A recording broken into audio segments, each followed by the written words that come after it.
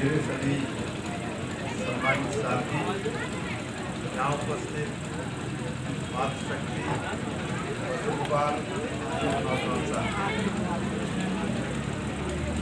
साथियों, 2017 का विधानसभा चुनाव हुआ और उस चुनाव में कांग्रेस परास्त हुई और विधानसभा के अंदर उत्तराखंड राज्य की कांग्रेस के मात्र 11 विधायक निर्वाचित हुए।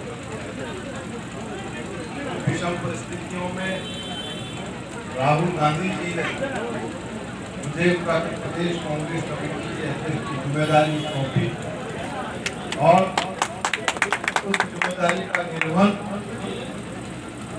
करने के लिए जो प्यार स्नेह आशीर्वाद आप लोगों ने मुझे दिया, उसके लिए मैं आपका बहुत बहुत आभारी हूँ, बहुत बहुत ऋणी हूँ। और आज फिर राष्ट्रपति सोनिया गांधी जी ने, राहुल गांधी जी ने जिन विषम परिस्थितियों में आप सब जानते हैं, नेता प्रतिपक्ष के रूप में डॉक्टर इंदिरा हृदय से हमारी उम्र में थी, लेकिन असमय उनका निधन होने की वजह से ये जिम्मेदारी मुझे सौंपी। मैं जानता हूँ इस बात को कि सदन की अवधि बहुत कम है। जो सत्र आहूत होने जा रहा है 23 अगस्त से, वो बमुश्किल 3 या 4 दिन का सत्र है। हमारी कोशिश होगी, हमारा प्रयास होगा कि उत्तराखंड राज्य की जो मूलभूत समस्याएं हैं, उन समस्याओं को हम सदन के अंदर उठाने का काम करें।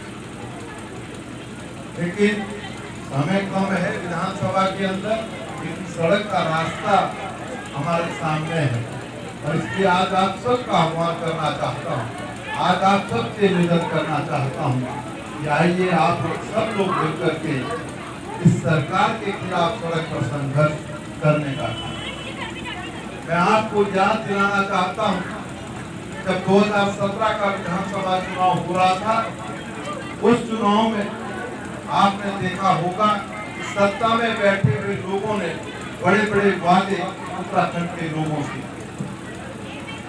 देश के प्रधानमंत्री जी उत्तराखंड की सरजमीन पर आते हैं और आप जब हमसे कहते हैं यदि उत्तराखंड का किसान डबल इंजन की सरकार बनाने का काम करेगा तो हम सत्ता में आते ही किसानों का ऋण माफ करने का काम। आज 4.5 साल हो गए हैं। आज हम सत्ता में बैठे हुए लोगों से पूछना चाहते हैं, जो किसानों की ऋण माफी का वादा आपने किया था, वो वादा कब पूरा होगा? जब किसान इस बात को पूछता है, दिल्ली के अंदर बैठी सरकार ने किसान हितों के विपरीत 3 काले कानून किसानों पर लादने का काम, और उन 3 काले कानूनों के विरोध में किसान आज भी दिल्ली की सीमाओं पर संघर्ष करने का काम कर रहा है। लगभग 7 महीने हो गए हैं और लगभग 600 किसानों की शहादत हुई है। सत्ता में बैठे हुए लोगों के कान पर धूम तक नहीं लेंगे। आज हालत ये है, देश के प्रधानमंत्री अपने मन की बात सुनाते हैं, लेकिन किसानों की बात सुनने के लिए केंद्र सरकार के पास समय नहीं है। और निश्चित रूप से आपसे कहना चाहता हूँ, आज उत्तराखंड के किसानों ने भी जिस तरीके से 3 काले कानूनों के खिलाफ सड़क पर उतर करके संघर्ष करने का काम किया है, और उसका नतीजा है कि अगर आप उधम सिंह नगर में जाएंगे, हरिद्वार के मैदानी क्षेत्रों में जाएंगे, तो किसानों में आक्रोश है। और मैं समझता हूँ कि धर्मशाला वार्ड के किसानों में भी आक्रोश होगा, क्योंकि ऋण माफी का वादा किया था।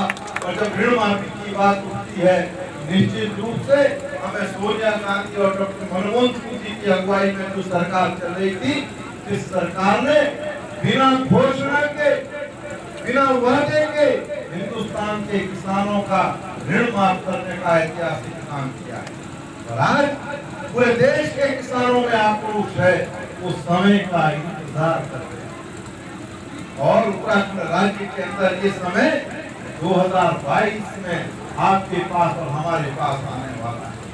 और मैं तो नमन करता हूँ उत्तराखंड की महान जनता को। जब वो अपना जनादेश सुनाती है तो पहले कुछ नहीं कहती। जिस दिन चुनाव होता है उस दिन वो अपने मत के माध्यम से सत्ता में बैठे हुए लोगों को सबक सिखाने का काम करेंगे, ऐसा मेरा विश्वास है, ऐसा मेरा। आज मैं नौजवान साथियों से पूछना चाहता हूँ, नौजवान साथियों पूछिए सत्ता में बैठे हुए लोगों से। उन्होंने वादा किया था कि अगर डबल इंजन की सरकार बनेगी तो हम नौजवान साथियों को रोजगार देने का काम करेंगे। अरे रोजगार देना तो बहुत दूर की बात, सत्ता में बैठे हुए लोगों ने नौजवान साथियों के रोजगार को छीनने का काम। आज नौजवान साथी सड़कों पर रोजगार के लिए संघर्ष कर रहा है और सत्ता में बैठे हुए लोग पुलिस के माध्यम से उनका दमन करने का काम कर रहे हैं। तो ऐसी विषम परिस्थितियों में कांग्रेस का दायित्व बनता है, कांग्रेस का कर्तव्य बनता है वो नौजवान साथियों के साथ कंधे से कंधा मिला करके चलने का काम करे। और जब वक्त आएगा कांग्रेस की सरकार होगी तो हम नौजवान साथियों से वादा करते हैं कि हम आपके घाव पर मरहम लगाने का काम करें। आज हमारी मांग शक्ति यहाँ पर है। क्या नारा दिया था कि बढ़ोतरी महंगाई की मार की बार भाजपा सरकार। हर व्यक्ति ने उस पर विश्वास व्यक्त किया और प्रचंड बहुमत से उत्तराखंड राज्य के अंदर भारतीय जनता पार्टी की सरकार बनाने का काम किया। आज मैं आपसे पूछना चाहता हूँ, क्या महंगाई कम हुई? जब हमारी सरकार थी उस सरकार में अगर 2 रुपया पेट्रोल की कीमत बढ़ती थी तो सत्ता में बैठे हुए भारतीय जनता पार्टी के लोग सड़कों पर उतर जाते। उनकी नेत्रियां कहती थी कि हम डॉक्टर मनमोहन सिंह को चूड़ियां भेंट करना चाहते हैं। आज मैं उन नेत्रियों से पूछना चाहता हूं कि आज पेट्रोल 100 के पार चला गया है और प्रधानमंत्री आपके बगल में है, उनको कब चूड़ियां भेंट करी? क्या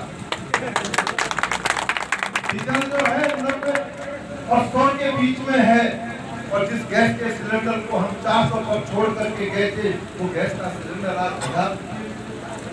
गरीब आदमी जब बाजार में तेल खरीदने जाता है तो 200 रुपए में जो है लीटर का तेल मिलता है। प्रधानमंत्री नरेंद्र मोदी क्या कहते थे कि भाई रेलवे स्टेशन के बाहर जहाँ कहीं भी नौजवान पकौड़े चल रहा है ये रोजगार भी हमने दिया है। और मोदी जी आपने तो नौजवान साथियों को आज पकौड़ा तलने लायक कीजिए, पकौड़ा तलने लायक 200 रुपए लीटर जो है तेल है। महंगाई अपने चरम पर है, गरीब आदमी का जीना दुर्लभ हो गया है। एक तो वो कोरोना की महामारी से जंग लड़ने का काम कर रहा है, दूसरी वो महंगाई में उसकी कमर तोड़ने का काम किया। क्या ऐसी सरकार की कल्पना आप लोग हम क्या इसीलिए हमने भारतीय जनता पार्टी के हाथों में सत्ता सौंपी थी कि वो हमारा जीना दुर्लभ कर दे? हालत ये है आज हर जगह अर्थव्यवस्था पूरी तरीके से तबाह है, विकास के कार्य और है। कोरोना की महामारी से लड़ने में सरकार पूरी तरीके से विफल साबित हुई है और सरकार सर से पांव तक भ्रष्टाचार में डूबी हुई है। इस सरकार को खनन माफिया, भू माफिया, शराब माफिया संचालित करने का काम है। जहाँ भारतीय जनता पार्टी ने आपको हमको आज हम पूछना चाहते हैं सत्ता में बैठे हुए लोगों से, आपने उत्तराखंड राज्य को राजनीतिक प्रयोगशाला के रूप में इसका प्रयोग करने का काम। एक मुख्यमंत्री 4 साल रहता है लेकिन परिणाम सिर्फ